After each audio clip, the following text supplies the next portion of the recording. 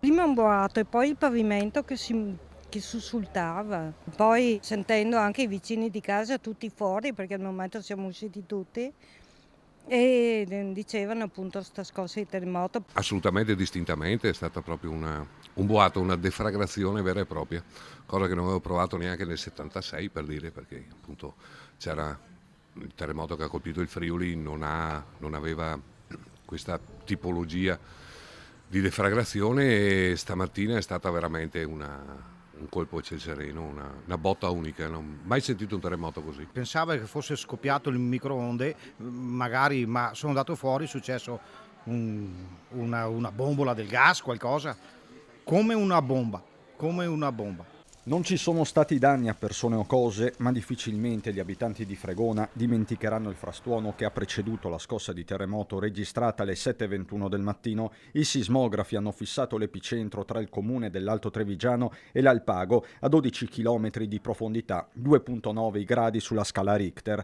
tante le persone in strada. Ma a un certo punto mi sono svegliato, ho trovato le pareti che si muovevano, insomma, della mia casa.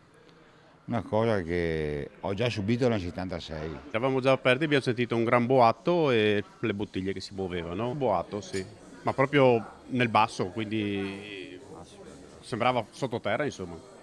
Ero qua, sinceramente ho pensato che mi fosse scoppiato qualcosa sotto, come un fusto o qualcosa del genere, invece dopo abbiamo capito che era il terremoto. Il sindaco Patrizio Chiesa ricorda come Fregona, così come tutta la fascia dell'Alpago e Vittoriese, sia tra le più sismiche del Veneto e d'Italia. Spero in un fenomeno isolato, dice, ricordando tutti i lavori di adeguamento portati avanti negli ultimi anni nei plessi scolastici del comune. Il centro decentrato della Protezione Civile del Veneto ha certificato come la scossa sia stata avvertita in tutta l'area, da Sarmede fino a Ponte nelle Alpi. È stato veramente un colpo forte, che sembrava come un camion che ti fosse venuto addosso alla parete, sembrava una cosa così.